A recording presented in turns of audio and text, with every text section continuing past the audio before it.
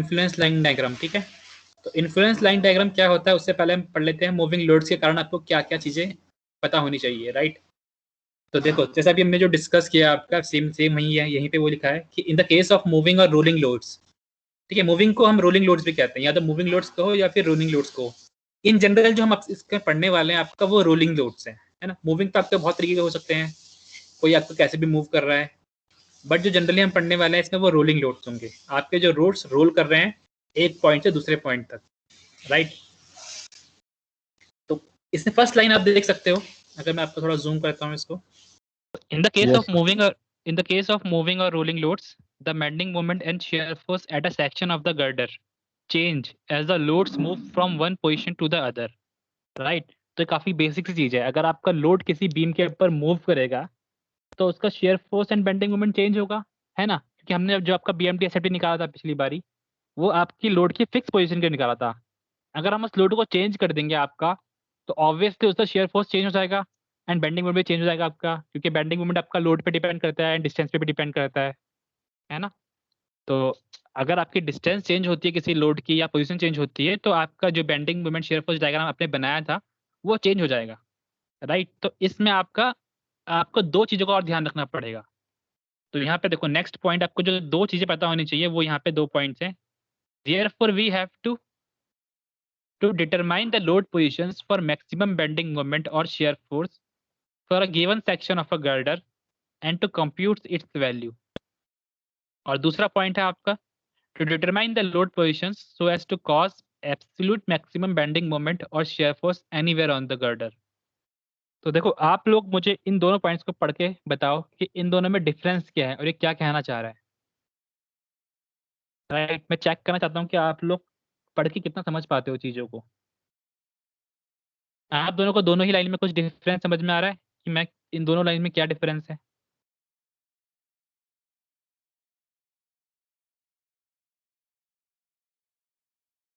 किसी को? Sir girder का मीनिंग क्या होगा? गर्डर आपका बीम्स को कहते हैं, ठीक है। जैसे आपके जो ब्रिजेस होते हैं ना, ब्रिज होते हैं जो आपके, तो ब्रिज में अगर आपका बीम का काउंटर पार्ट गर्डर होता है, मतलब बीम की जगह वहाँ पे गर्डर बोलते हैं। दोनों का काम आपका सेम ही होता है, दोनों आपके जो लोड रजिस्ट करते हैं सेम तरीके से रजिस्ट करते हैं। बस डिफरेंस ये है कि बिल्डिंग्स में जो आपकी बीम होती है वो छोटी होती है, और जो ब्रिजेस में आपकी बीम होती है वो गर्डर होते हैं, वो बड़े होते हैं काफ़ी, उनका साइज काफ़ी बड़ा होता है और उन पर जो लोड आता है वो भी काफ़ी ज़्यादा होता है। सर गर्डर भी कंक्रीट के ही होते हैं? हाँ, गर्डर क्या? आरसीसी से बनते हैं गर्डर भी? हाँ, आपके जनरली गर्डर डिफरेंट सेक्शंस के हो सकते हैं। जनरली आपके आरसीसी के भी बनते हैं, प्री कास्ट प्री स्ट्रेस्ड भी होते हैं, आपके आपके स्टील कंपोजिट भी होते हैं, स्टील के भी होते हैं, है ना। ब्रिज आपके स्टील के ही बनते हैं, देखा होगा आपने ट्रस सर वगैरह। स्टील के सुना है ना गर्डर को? हाँ, स्टील गर्डर्स भी होते हैं, आरसीसी के भी होते हैं। स्टील के आपने सुने होंगे, क्योंकि स्टील में सुना होगा आपने, स्टील जब सर सब्जेक्ट पढ़ा होगा। सस्पेंशन ब्रिज में तो फिर स्टील ही लगेगा ना, सस्पेंशन ब्रिज होगा तो उसमें लगेगा गर्डर। सस्पेंशन ब्रिज में तो आपका जो गर्डर्स होते हैं वो आपके, हाँ, स्टील के ही होंगे जनरली।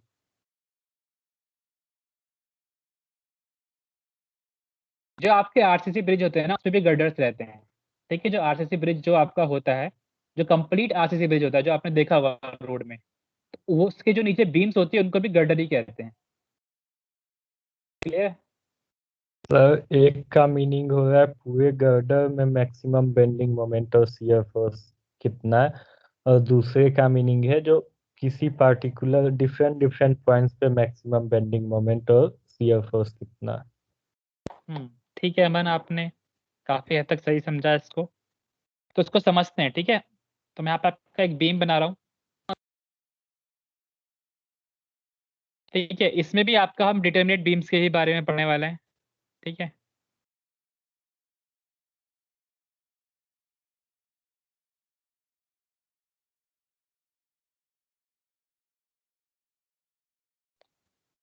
तो देखो अगर आपका इसके ऊपर एक रोड मूव कर रहा है, तो जो आपका पहला पॉइंट है उसको समझते हैं सबसे पहले। तो जब आपका लोड मूव कर रहा है और हमको आपसे पूछ ले, अगर आपसे पूछ ले कि आपका बीम में एट एनी सेक्शन, मैं आपको एक सेक्शन दे दूं मतलब आपसे एक पॉइंट दे दूं आपको इस बीम में, मतलब मैंने आपको ये पॉइंट दे दिया, राइट। जब मैं आपको पॉइंट दूंगा तो कैसे दूंगा, बोलूंगा कि ये पॉइंट आपका इस पार्ट से 3 मीटर के डिस्टेंस में है ना, तो दैट मीन्स मैंने आपको एक सेक्शन या फिर एक पॉइंट दे दिया। तो मैं पूछूं कि आपका कि इस पॉइंट में मैक्सिमम बेंडिंग मोमेंट और शेयर फोर्स कब आएगा, मतलब कब आएगा, मतलब उस टाइम लोड की पोजीशन क्या होनी चाहिए, है ना। जैसे आपका एक मैं लोड ले लेता हूँ यहाँ पर, ये आपका एक लोड है, ठीक है। ये आपका यहाँ से एंटर करेगा बीम में और ये मूव करता रहेगा आगे, है ना, यहाँ से ट्रैवल कर रहा है बीम के ऊपर। तो इस लोड की पोजीशन क्या होनी चाहिए कि आपका इस पॉइंट में मैक्सिमम बेंडिंग मोमेंट या फिर मैक्सिमम शेयर फोर्स आए, है ना। लोड आपका पूरे बीम में ऐसे घूम रहा है, तो उसकी क्या पोजीशन होगी कि इस पर्टिकुलर पॉइंट पे आपका मैक्सिमम बेंडिंग मोमेंट मिल रहा है आपको। तो जो आपका फर्स्ट पॉइंट है वो यही कह रहा है, to determine the load position for maximum bending moment और shear force for a given section. ये लाइन लिखनी है अपने पे, for a given section. That means आपको किसी एक पॉइंट के बारे में पूछ रहा है कि किसी एक पॉइंट पे मैक्सिमम बेंडिंग मोमेंट और शेयर फोर्स निकालने के लिए लोड की पोजीशन क्या होनी चाहिए, है ना। तो पहले आप लोड की पोजीशन को निकालोगे कि आपका लोड कहाँ पे होना चाहिए, देन आप उसकी वैल्यू कैलकुलेट करोगे कि आपका शेयर फोर्स कितना आ रहा है मैक्सिमम जो आप निकालना चाह रहे हो, राइट। फर्स्ट पॉइंट सभी सभी क्लियर हुआ। यही दो चीज समझनी इंपॉर्टेंट है, तभी आएगा कि हमने जो लास्ट ईयर में किया था जो अब कर रहे हैं उनमें डिफरेंस। पहला पॉइंट समझ में आया आपको। Yes sir. एक पर्टिकुलर पॉइंट, कोई सा भी बीम में आपको एक पर्टिकुलर पॉइंट मिला होगा, गिवन होगा क्वेश्चन में, उस पॉइंट के लिए आपका लोड की पोजीशन क्या होनी चाहिए कि आपका बीम में मैक्सिमम बेंडिंग मोमेंट और शेयर फोर्स आए, राइट। अब दूसरा पॉइंट क्या कह रहा है आपका, to determine the load positions so as to cause absolute maximum bending moment. यहाँ पे आपका एब्सोल्यूट टर्म लिखा है, ठीक है। तो जहां भी आपको एब्सोल्यूट दिखाई दे वहां पे आप ध्यान रखना कि इस पॉइंट की बात हो रही है। तो हमें निकालना है so as to cause absolute maximum bending moment और shear force anywhere on the girder. तो इस पॉइंट की बात करते हैं हम आपका। इस पॉइंट में वो कह रहा है कि आपको इस पॉइंट में उसने कोई भी पॉइंट नहीं दिया है, मतलब आपको बीम में आपको किसी पॉइंट में नहीं पूछ रहा है। आपसे वो कह रहा है कि किस लोड पोजीशन के लिए आपका बीम में एब्सोल्यूट मैक्सिमम बेंडिंग मोमेंट और शेयर फोर्स आएगा। मतलब वो पॉइंट आपको बीम में कहीं पे भी हो सकता है। मतलब पहले तो आपका एक पॉइंट दिया था उसने कि इस 3 मीटर के पॉइंट पे निकालो।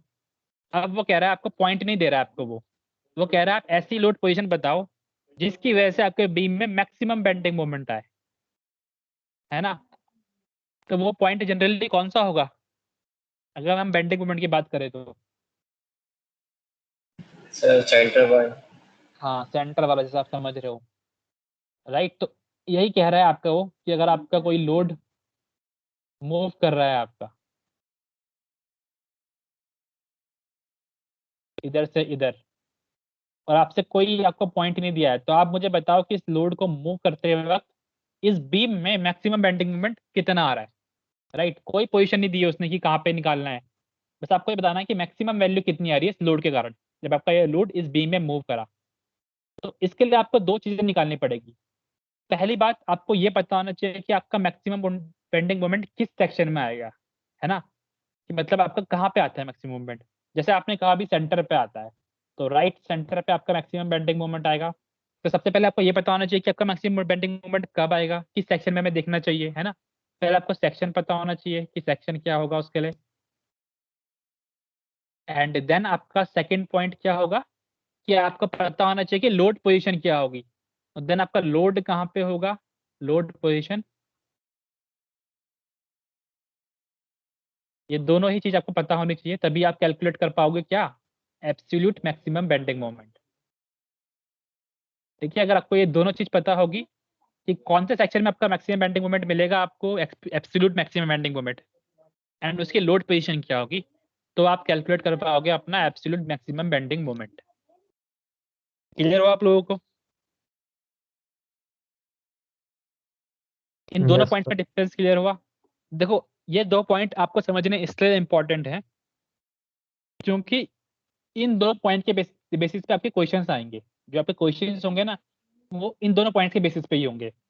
या तो आपको जो फर्स्ट पॉइंट है इस बेसिस पे क्वेश्चन आएंगे, आपको एक सेक्शन गिवन होगा कि एक 4 मीटर की दूरी पे एक सेक्शन है, उस सेक्शन के लिए आप मैक्सिमम बेंडिंग मोमेंट निकालो, राइट।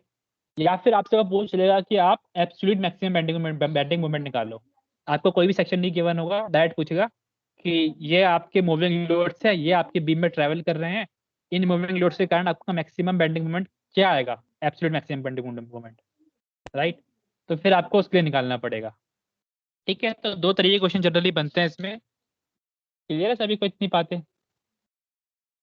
Yes sir. ये 2 पॉइंट Yes, क्लियर sir. होना काफी इंपॉर्टेंट है, ठीक है। फिर देखो अब इनको कैसे सॉल्व करना है, ये तो आपकी प्रॉब्लम्स हो गई कि आपसे प्रॉब्लम्स कैसे पूछेगा। अब इन प्रॉब्लम का सॉल्यूशन क्या है ना।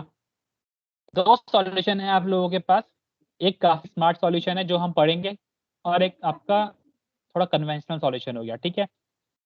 जैसे हमने पिछले लास्ट ईयर शो में करा था, आपका bending moment shear force diagram निकाला था, हम उस तरीके से भी इसे सॉल्व कर सकते हैं, बट वो तरीका काफी बड़ा हो जाएगा, काफी डिफिकल्ट होगा, और उसे अंडरस्टैंड करना काफी ज्यादा हो जाएगा, मतलब डिफिकल्ट हो जाएगा, राइट। मतलब वो काफी कॉम्प्लेक्स हो जाएगा अगर हम उस तरीके से इसको सॉल्व करने की कोशिश करते हैं। कर सकते हैं, ऐसा दिक्कत नहीं है कि कर नहीं सकते, कर सकते हैं उसको, उससे भी, राइट। और पिछले साल मैंने बच्चों को पढ़ाया भी था वाला मेथड, बट काफी बच्चों को कम समझ में आया है वो, राइट। तो इसलिए मैं आप लोगों को बाद में वो दे दूंगा, मतलब पहले आपको मैं स्मार्ट वाला तरीका बताऊंगा, देन आपका वो वाला मेथड भी डिस्कस करेंगे। अगर आपको लगता है कि आपको जानना चाहिए वो मेथड कैसा है, तो आप जान सकते हो, अदरवाइज इतनी इंपॉर्टेंस नहीं है। जो आपका स्मार्ट मेथड है, जो कि आपका इन्फ्लुएंस लाइन डायग्राम मेथड है, वही आपका क्वेश्चन आएगा, उसी से आप करोगे तो आपका इजीली सॉल्व हो जाएगा, राइट। तो दो तरीके हैं आपके पास सॉल्व करने के लिए, या तो आप सेम प्रोसीजर फॉलो करो जो आपने लास्ट ईयर में करा है, रिएक्शन कैलकुलेट करके फिर shear force bending moment calculate करके, ठीक है।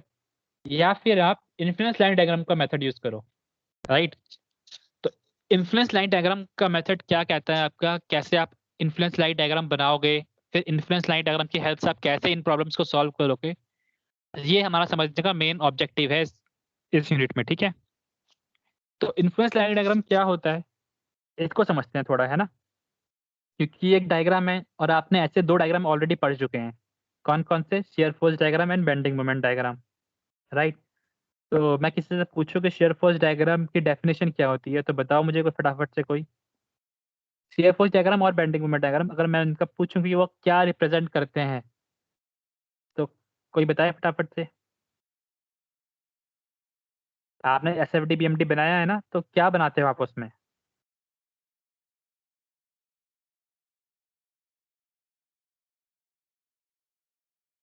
बताओ फटाफट से, अमन, सत्यम। शियर फोर्स डायग्राम में कहते हैं सर, जो किसी पॉइंट पे एक्सियल फोर्स कितना होगा, शेयर और फोर्स डायग्राम में एक्सियल फोर्स निकालते हैं। वर्टिकल वाला। हाँ, एक्सियल फोर्स वर्टिकल नहीं होता है, एक्सियल फोर्स लॉन्गिट्यूडनल होता है। यस, वर्टिकल फोर्स निकालते हैं। और बेंडिंग मोमेंट डायग्राम में किसी भी पॉइंट पे मोमेंट कितना होगा सर? हाँ, तो अगर हम बात करें S F D and B M D की, तो एस एफ डी जो आपका डायग्राम होता है, वो एक्चुअल में आपका थ्रू आउट द बीम आपका शेयर फोर्स कैसे वेरी कर रहा है, थ्रू आउट द बीम, हर एक पॉइंट बीम के हर एक पॉइंट में आपका शेयर फोर्स की वैल्यू क्या है, वो रिप्रेजेंट करता है, राइट। जैसे आपका एक ये बीम है, तो अगर मैं इसका एस एफ डी बनाता हूँ तो वो कुछ इस तरीके का बनता है। तो ये क्या रिप्रेजेंट करता है, ये आपका क्या रिप्रेजेंट करता है कि आपका इस पॉइंट पे शेयर फोर्स की वैल्यू कितनी है, इस पॉइंट पे कितनी है वैल्यू, है ना। तो ये आपके बीम के हर एक पॉइंट में शेयर फोर्स की वैल्यू कितनी होगी वो रिप्रेजेंट करता है। सिमिलरली आपका बेंडिंग मोमेंट डायग्राम क्या रिप्रेजेंट करता है कि बीम के हर एक पॉइंट पे बेंडिंग मोमेंट की वैल्यू कितनी कितनी है, वही रिप्रेजेंट करता है। तो बीएमडी एंड एसएफडी आपका एक किस्म से ग्राफ है जो आपका शेयर फोर्स और बेंडिंग मोमेंट की वैल्यू बता रहा है आपके बीम के हर एक पॉइंट में, राइट। अब इन्फ्लुएंस लाइन डायग्राम की बात करते हैं, तो इन्फ्लुएंस लाइन डायग्राम आपका कुछ डिफरेंट होता है इन दोनों से, ठीक है। तो सबसे पहले इसकी डेफिनेशन पढ़ते हैं, फिर समझते हैं क्या होता है, ठीक है। तो an influence line for a given function such as reaction, axial force, shear force और बेंडिंग मोमेंट। तो इतने से मुझे समझ में आ रहा कि आपका इन्फ्लुएंस लाइन इन सब के लिए बन सकता है। आप इन्फ्लुएंस लाइन रिएक्शन के लिए भी बना सकते हो, एक्सियल फोर्स के लिए भी बना सकते हो, शियर फोर्स के लिए भी बना सकते हो और बेंडिंग मोमेंट के लिए भी बना सकते हो, राइट। तो जो आपका आईएलडी बनता है वो रिएक्शन के लिए भी बनता है, शियर फोर्स के लिए बनता है, बेंडिंग मोमेंट के लिए बनता है, क्लियर है। So therefore an influence line is a graph that shows the variation of that function at any given point on a structure due to unit load at any point on the structure. तो ये क्या कह रहा है आपका कि influence line किसी भी फंक्शन के लिए आप इनमें से कोई सा भी एक फंक्शन चूज कर लो, लेट से रिएक्शन चूज कर लेते हैं हम, ठीक है। तो अगर हम बात करें कि अगर आपका इन्फ्लुएंस लाइन अगर आपका रिएक्शन के लिए बना रहे हो तो वह आपका एक ग्राफ है जो उस फंक्शन का वेरिएशन शो करता है कि वो आपका जो फंक्शन है, जैसे आपका रिएक्शन है, आपकी रिएक्शन कैसे चेंज हो रही है जब आपका एक यूनिट लोड एक बीम में मूव कर रहा है, राइट। अगर आपको इस तरीके से दिखाऊं मैं आपका, तो अगर आपका एक ये बीम है और मान लो आपका एक ये यूनिट लोड है, ठीक है, सर्कल जो मैंने बनाया आपका एक यूनिट लोड है। यूनिट लोड मतलब इसकी वैल्यू 1 है, 1 किलो न्यूटन का लोड है, ठीक है, 1 न्यूटन 1 किलो न्यूटन कुछ भी मान सकते हो आप, इसकी वैल्यू 1 है। तो अगर आपका ये लोड इस बीम के ऊपर ऐसे मूव कर रहा है तो इसके मूव करने से आपका जो रिएक्शन की वैल्यू होगी, रिएक्शंस क्या होती है जबकि सपोर्ट्स में आती है ना, तो जो आपकी रिएक्शंस की वैल्यू होगी उसमें क्या चेंजेस आ रहा है उसको रिप्रेजेंट करता है आपका ILD। क्लियर हुआ? क्या दोबारा समझाऊं? Yes sir. दोबारा बताओ क्या बताया मैंने आप लोगों को, सत्यम क्या बताया मैंने?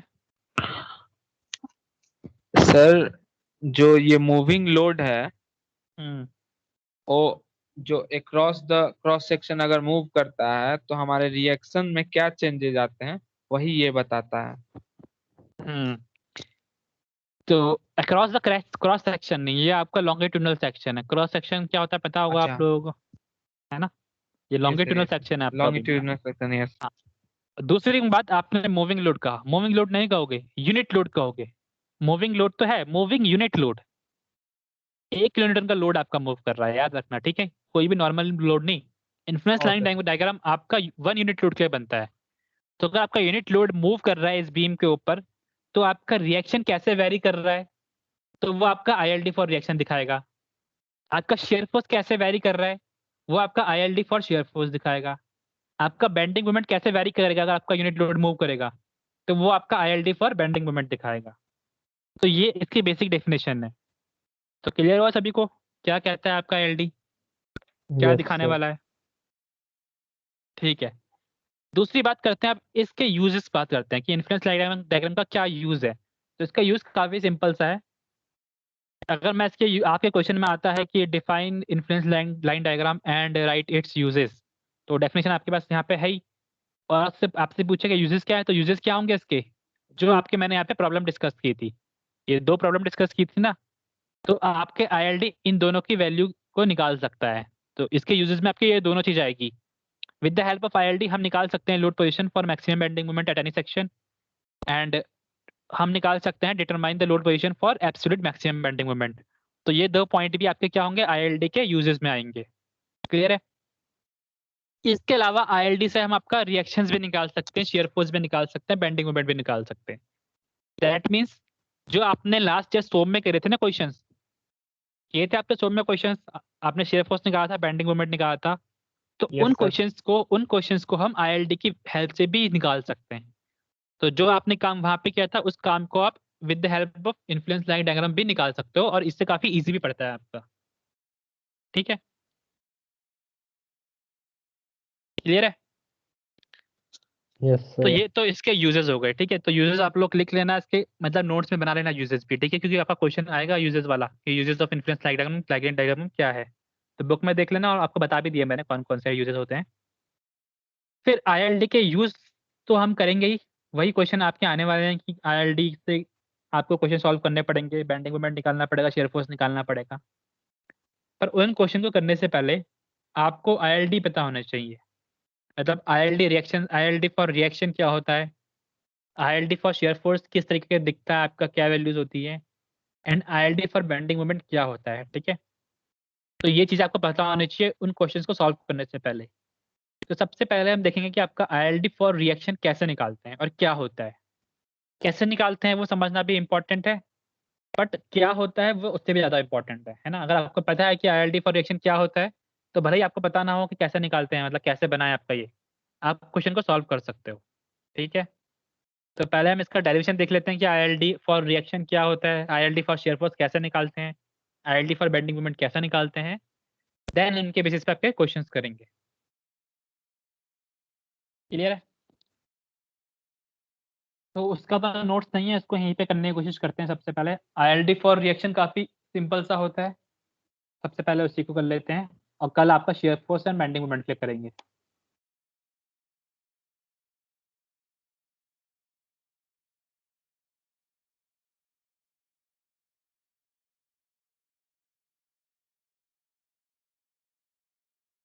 ठीक है, तो आईएलडी फॉर रिएक्शन निकालते हैं। आईएलडी मतलब इन्फ्लुएंस लाइन डायग्राम।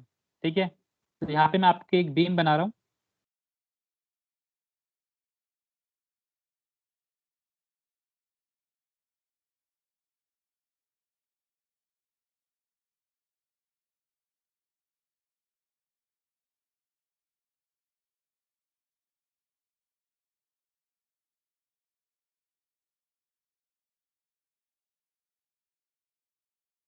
तो ये आपकी एक बीम हो गई जिसको हम कहते हैं simply supported beam. Right, simply supported beam है आपकी।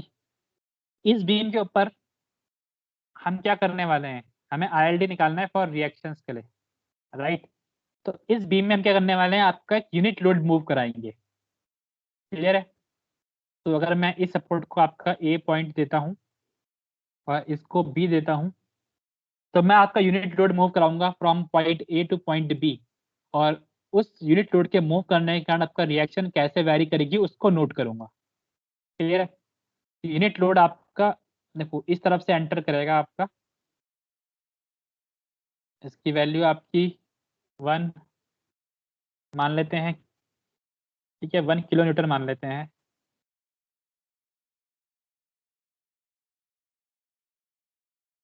ठीक है, और ये आपका इस डायरेक्शन में मूव कर रहा है। हम्म? किसका माइक खुला है, किसका ध्यान नहीं है भाई?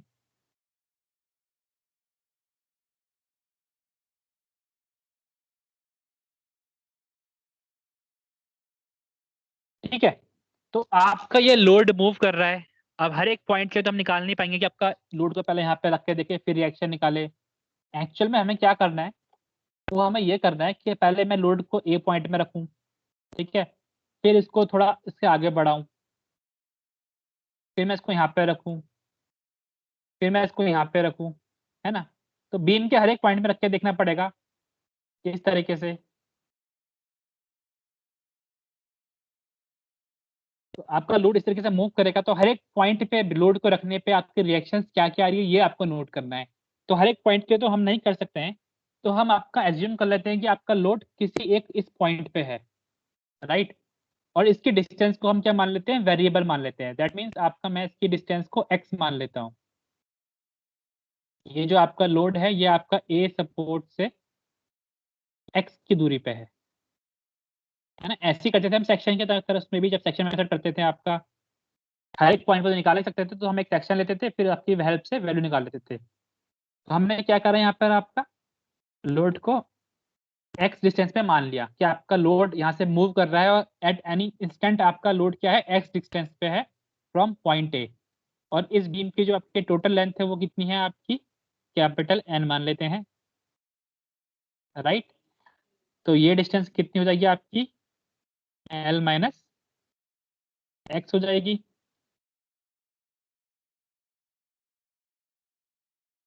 क्लियर है? तो आपकी जो रिएक्शंस आएगी, एक आपका ए पे आपकी रिएक्शन आएगी और एक आपकी बी पे आएगी।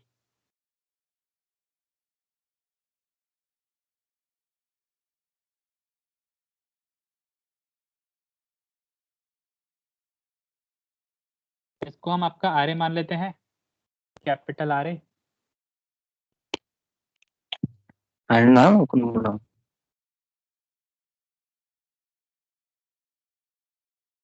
किसका माइक खुला है बार बार?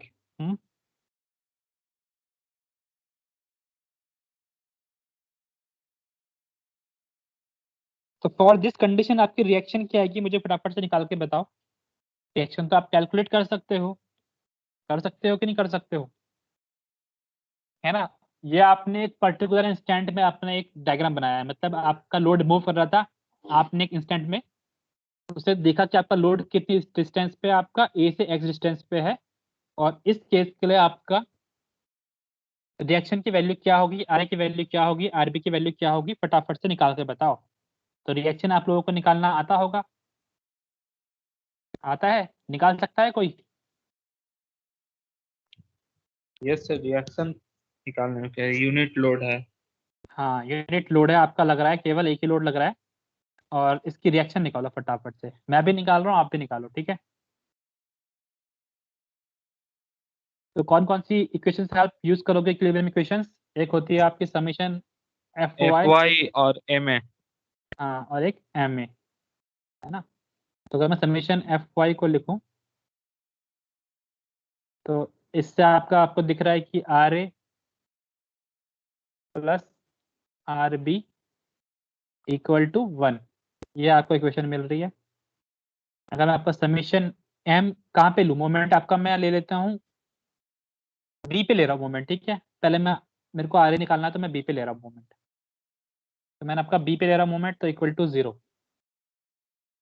तो अगर मैं आपका बी पे मोमेंट लेता हूँ, तो आपका मोमेंट कितना आएगा, R A into multiply by L, right, then minus 1 multiply by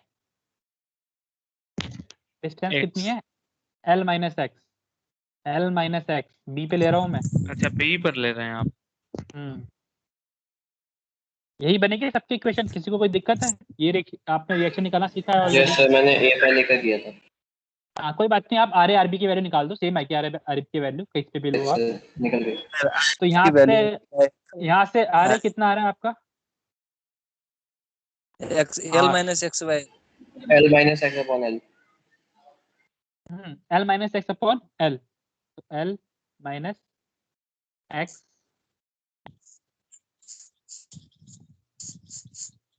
divided by L, यही आ रहा है आप लोगों का सभी का, सभी का यही आया। तो ये आपका आर ए का वैल्यू हो गया। फिर अगर आप इसको पुट करते हो फर्स्ट इक्वेशन में, तो आपको आरबी की वैल्यू भी मिल जाएगी। तो आरबी की वैल्यू कितनी आ रही है, फटाफट से बताओ। X by L. X upon L. हाँ, तो RB is equal to x by L. तो इसको डायरेक्ट फॉर्मूला में भी पुट करके तो निकाल सकते हैं। इसको ये जो इतना करने के बदले हम लोग तो रिएक्शन डायरेक्ट फॉर्मूला में पुट करके भी निकाल सकते हैं ना। रिएक्शन कौन सा फॉर्मूला? तो length in means load into opposite distance by total length जो होता है 1 into L minus x by L हो गया आर ए, और आर बी हो जाएगा 1 इंटू एक्स बाय एल। चलो कोई दिक्कत नहीं, आप कैसे भी निकाल सकते हो, कोई फॉर्मूला वगैरह कुछ नहीं होता है आपका, जो ये कंसेप्ट है उसी के बेस पे फॉर्मूला है, वही तो चीज़ हुई। यस। सेम ही चीज़ है, मोमेंट की इक्वेशन तो यूज करिए उसमें भी। यस। ठीक है, तो आपने आर ए आर बी को निकाल दिया। अब आपको क्या निकालना है, आईएलडी बनाना है इसकी हेल्प से, ठीक है। तो मैं बात करूं आपका, सबसे पहले मैं आर ए का बनाता हूं, ठीक है। रिएक्शन आपके पास दो हैं, तो आपका आईएलडी फॉर आर ए भी बनेगा, आईएलडी फॉर आर बी भी बनेगा, दोनों के लिए बनेगा। तो पहले मैं आपका क्या कर देता हूँ, आईएलडी फॉर आर ए बना देता हूँ। तो यहाँ पे मैं आपका कर रहा हूँ आपका आईएलडी फॉर आर ए, ठीक है। अब देखो, जो आपके पास रिएक्शन की वैल्यू आई है वो आपकी वेरिएबल में आई है, जहाँ पे आपके पास एक वेरिएबल टर्म है एक्स, है ना, एक्स है आपके पास। तो ये आपका एक्स ये रिप्रेजेंट कर रहा है, आपका एक्स क्या रिप्रेजेंट कर रहा है, x is the position of load, कि आपका लोड कहाँ पर है।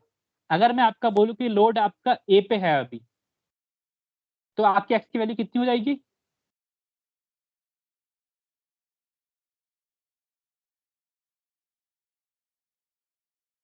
क्या सर?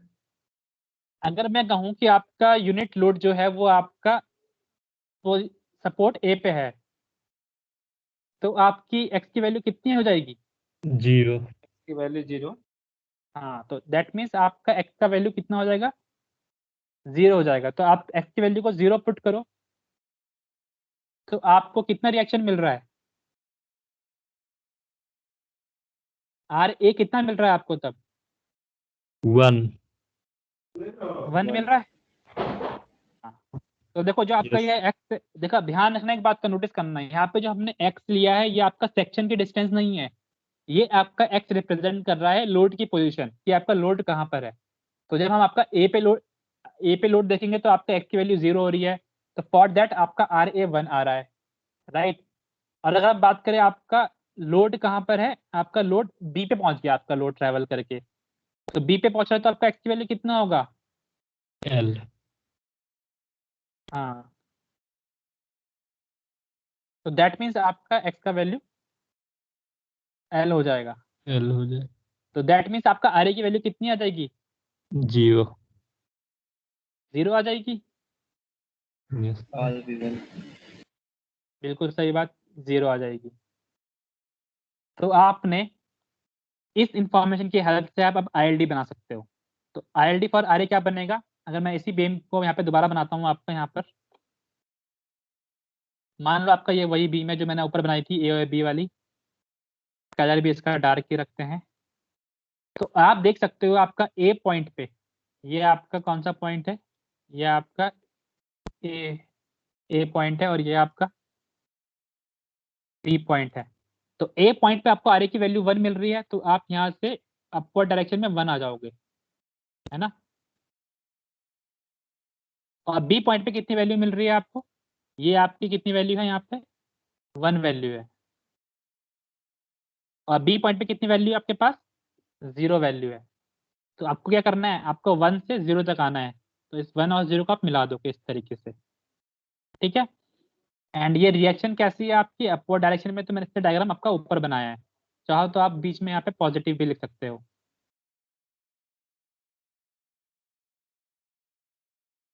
तो दिस इज क्या है आपका, ये आपका है ILD फॉर RA।